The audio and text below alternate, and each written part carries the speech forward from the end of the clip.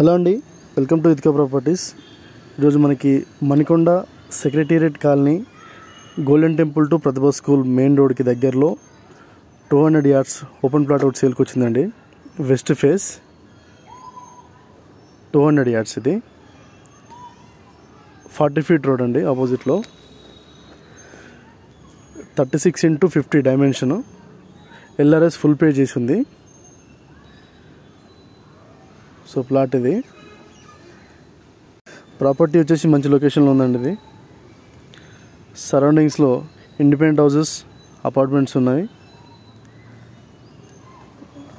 Secretariat colony committee హాల్కి దగ్గరలో ఉంటుంది.